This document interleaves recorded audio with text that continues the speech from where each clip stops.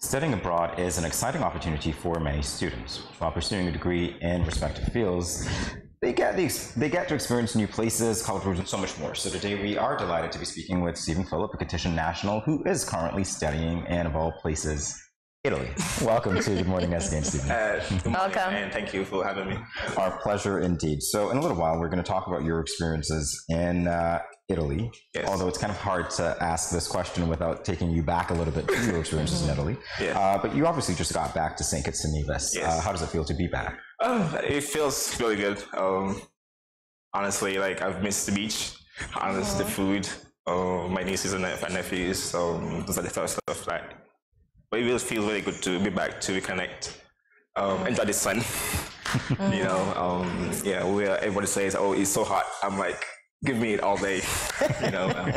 Yes, it's really feel good. So, do you think that being abroad, particularly in Italy, gives you a better appreciation of what you have here? Perhaps things that you never really appreciated before. Definitely. Honestly, like when I'm in Italy, they always ask, "What language do you speak?" I'm like, English, and I was like, okay, but what else? I mean, no, I speak English. Okay, but they do speak Spanish? Like, no, I don't speak Spanish. Okay, but they speak dialect. I'm like, you know what? Yeah, we speak dialect. And the funny, interesting thing is that here, our elders say, oh, you should not speak dialect. Yeah. But there is like, oh, why don't you guys speak dialect more? Like, I want to hear it. I want to hear it. So actually having appreciation for our dialect here now, it gives me a greater view of how important it is to actually appreciate our own dialect and see it as an actual language. So uniqueness, yeah. Yes. Okay. And interacting with different cultures, especially from Africa, from Latin America, where they have so many dialects and they actually speak those dialects with confidence. Okay. I think I can now appreciate speaking in dialect without actually feeling less than. Great. Yes. Good stuff. So how did you end up in Italy though? Interestingly, it has always been my dream to live in Italy Nice. when young. Italian shoes, Italian clothes, the style of it, the quality. And in fact, when I was young, I always go to Frigate Bay. There was this part that has like, on Frigate Bay mansions, there's this at the edge of the water. And I know it looks similar to Italy. So I would just go there to take in the atmosphere. Nice. But I forgot about it.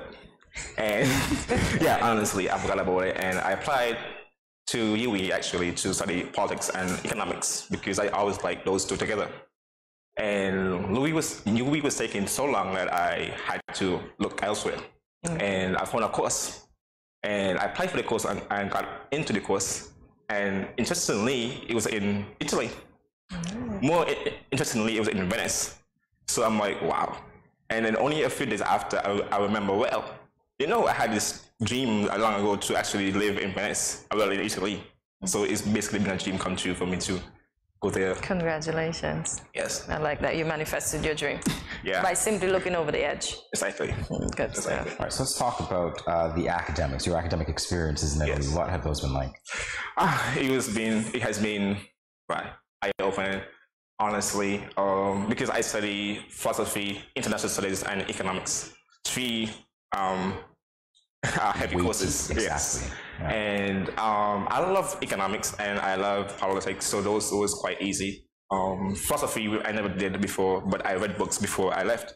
And honestly, like when we engage in classes, I think those were one of my best classes because they open up my eyes to different types of stuff. How do you think? How do you approach stuff? And I think studying it has broadened my horizon. Not only for those fields, but it gave me an appreciation for other fields as well because we studied so much about our body, science, the current issues going on in the world. So we get a sort of insight on everything that is happening currently. So what's the most fascinating thing that you've learned so far in any one of those courses that you've mentioned? The most fascinating thing? I mean, that's a tough question, honestly. I think one of the fascinating things is called like the good life. How do you live the good life? And we learned that in history of philosophy, where we study Aristotle, and he was trying to actually like come up to the ideal life. So how to be happy in that sense. and he discussed politics, life in politics, life of making money, life of just. But what he always said that you actually like being appreciative, like you living not about politics, because politics is not enough, not about money, because money is just simply a means to an end, not an end in itself. And the good life about you living your end. So he put happiness and a self of learning, where you're constantly learning and constantly expressing yourself. That is what is the good life. So with me, I've took that a bit excessive, because for me, I said life is not about anything else but about expression. And you express yourself in different cases differently, because you're not just one person. So when you say, oh, be yourself, but like, what do you mean? I am myself in different selves in different circumstances, environments, exactly. Yeah. So that has like one of my narrative a whole lot more. Okay. Great. With the areas that you're studying, what is your eventual career goal?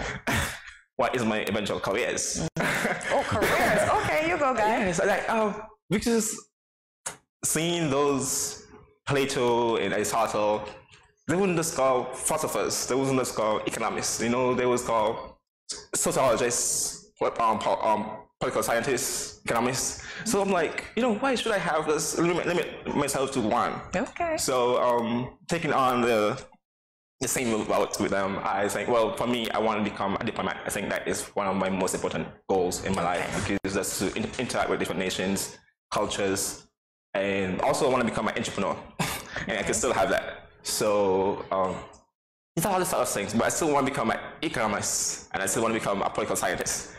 So I have different interests, and I think that I can be all of them at once. Being a consultant here and a diplomat there, and so yeah, I have career goals. Good stuff. Good stuff. Well, you and I can talk, because honestly, I was very interested and still am in diplomacy, international relations. Yes. And I think, given the landscape of the world, war and everything else, it gives you your experience, gives you a certain viewpoint and perspective as to why these problems occurred and perhaps even how to solve them. Yes. I want to ask you something that I didn't plan to ask, but I'm going to ask you anyway. Okay. You're always studying in Italy. You see how the Caribbean is operating within the international sphere. Yes. Is there anything that you think that we should be doing differently to address certain issues that affect us specifically? Honestly, yes. I think, for one, we actually need to stand as a united front, where Europe is actually standing as a united front. Everyone, when they make policies, they all stick with that one policy. With the Caribbean, we can't even decide who are we going to support, if it's China or Taiwan. Yes. So we're divided a lot. So we need now to come up with a one policy. If we're going to support this country or that country, and we need to, instead of following suit with other countries, we need to make our own policies, foreign policies. What our own interests in terms of trade, because we don't have wars, we don't have a military to engage in wars. So most of these are not by our fault. So we need now to show that, okay, we are a country of peace, we are non-alignment, a movement, we should always be. So we need to chart our own paths without the sort of dependency on the larger countries, US and EU, who actually engage in conflict on a regular basis. I think that is what pulling us into all this mess. Where you've got to pick a side, basically. Yeah. So, Steven, before your segment, we spoke about comfort zone. Yes. How uncomfortable did you get whilst in Italy adjusting to the Italian cultures, classes, time zone, etc., etc.? I would say it was very difficult. Okay. Very difficult. I was aware that there was going to be cultural shocks, but I didn't expect that I would have had to change myself completely. Not just 180, but 360. Because the cold, because of the language, the food, pasta and pizza. It's like, because I'm accustomed to a beach, to wear shorts, to wear tank tops, slippers, I couldn't have done none of that. In the language, at first, you try to communicate, but all people don't speak English. Okay. So when you go to the store, you have to translate on your phone. So it was a bit difficult. And then the weather, my first time experiencing the cold. And it was really cold. And I didn't know I always say, you know, I prefer the cold over the hot before I actually experience the cold. But now experiencing the cold, and you don't want to go outside when it's cold. You don't want to. You want to stay in bed and wrapped up under your blanket. So right now I say I appreciate the hot much more than the cold. But it was difficult. Sometimes even the person I'm feeling lonely because you had to train your body, to train your mind, and to change your habits to fit with it in the Italian culture. And I think about 4 months, after 4 months is when I actually started to adapt to the new culture and the new environment. All right, so I'm going to ask you now, in terms of that adoption, were there opportunities to engage with other Caribbean nationals? The only Caribbean country or national that I engaged with is someone from Cuba, interestingly, and that came in about 6 months after because they were an exchange student. So, and when I first engaged with her and talked to her, she was telling me, "Oh, I'm from Cuba," and I didn't pick that up that she was in Caribbean until I actually went over with, "Oh wait, you're from Cuba? Oh, we're Caribbean."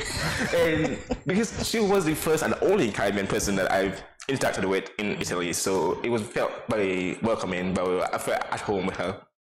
So yeah, it was very, very welcoming. Okay. And the Latin American population, you were saying, because that, yeah, let's talk about the salsa experience. Yeah, so I actually started learning salsa. I went to classes, official classes, and we danced a little bit of salsa and bachata. I actually danced a little bit of bachata on my own on YouTube because salsa and bachata is slightly different, but a little bit the same. Yeah. So. And then because there were so many Latin American nationals, especially from Central America, Colombia especially, where we danced in some lot of salsa and bachata, I think I felt I found refuge, you know, with my Latin American brothers and sisters. They were so passionate, so welcome, friendly, and our culture are so much similar, but just a different language. And that, I think, was one of my greatest experience and most treasured friendships was in the Latin American community. Nice. Great. So we are actually a lot alike. We are, indeed. So whilst in Italy, did you go to any other countries in Europe or any adventures in Italy? Yes, I went to a few countries. I think I went to more Italian cities than I went to new countries in Europe. I went to UK for the first time. I went to Austria for the first time. I think that was my best travel experience.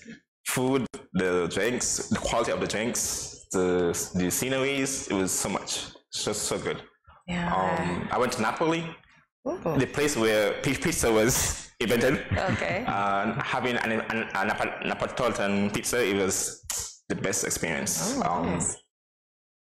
I didn't get to go to Capri, you know, the south with the beach because of the weather at that moment.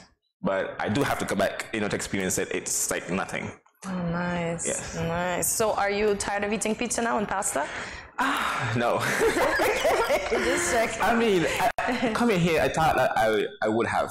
Okay. But just before I left, I found out a new pasta, tuna pasta, the Italian tuna pasta. And it was so amazing that, in fact, I made it like 2 days ago because it was so much amazing, and it's so simple to make. Okay. Olive oil, pasta, the tuna, and you put your onions and your bell peppers and your seasoning, and that's it. Mayo? No mayo. No mayo. Okay. It's so delicious. Oh wow. Italians, they know how to cook. Okay. I just want to know if you learned how to make pizza. Like. You know, unfortunately, when I first went up, it was still COVID time, so large gathering was still prohibited. So we actually had plans to learn how to make pizza. We didn't actually get that opportunity to. But this is not an end because I still see myself going back there, you know, over the years. So hopefully by then I will be able to learn the Italian way how to make pizza, because pasta and pizza in our culture, like, they're so unhealthy. You know, like, how can you eat pizza and pasta every day? But then when you go to Italy, you realize, whoa, this is different. You can eat pizza and pasta every day and you do not gain weight. In fact, you actually lose weight. Because the cheesy pizza that we have here it's like a thin layer of cheese that you can't even see it. It's like plastic. So it's so thin. Okay. You know, so they know how to live. Eat junk and stay skinny. Eat junk and stay skinny. And you know what? We used to get licks for eating sweets in the morning. Yeah. Italian breakfast is espresso, croissant, and some sweet, a small bag of let's say muffin, but it's so sweet. Okay. And they have sweet breakfast in the morning. I'm like, what do you mean? Because if we in our culture we have to eat, healthy, and then after probably 12 hours, whatever you eat your sweets. But no, they have it in the morning to begin. Yes, and I appreciate that more than, so I have to go back for sure. Just to have a sweet breakfast, I like that. Yeah, sweet breakfast is for sure. I like that. No doubt. All right, let's talk now about any advice that you'd have for anyone who perhaps wants to study abroad, not necessarily in Italy, but wants to study abroad, or even those who want to study in Italy. What do you tell them? Honestly, I think studying abroad, out of the Caribbean, out of the UK, out of Canada and the US, go to Europe. Europe is an amazing place, not only for the culture, but also for school. Because everybody asks me, "Oh, did you get a scholarship?" What do you mean? So why did you go? I mean, why didn't you go to UE? It would have been cheaper. What do you mean? Honestly, schools in Italy, school in Europe on a whole, is much more cheaper than UE. In fact, that was one of the reasons why I actually went to Italy, because weighing up the cost and benefits, I was like, basically cost the same. So I'm like, then I'm gonna get the Italian experience then, because yes. So actually go expand because going there, I actually encountered a lot more cultures, and I had encountered, I know the name of countries, but I never met anyone from that country before. So when I meet somebody new, I was like, I know your country. So I would even say, okay, I added you to my collection, because they were the first person I met from that country. So it was really nice. So for sure, branch off. Don't stay in the Caribbean. Don't stay in the US. Don't go to the UK and Canada, but go places.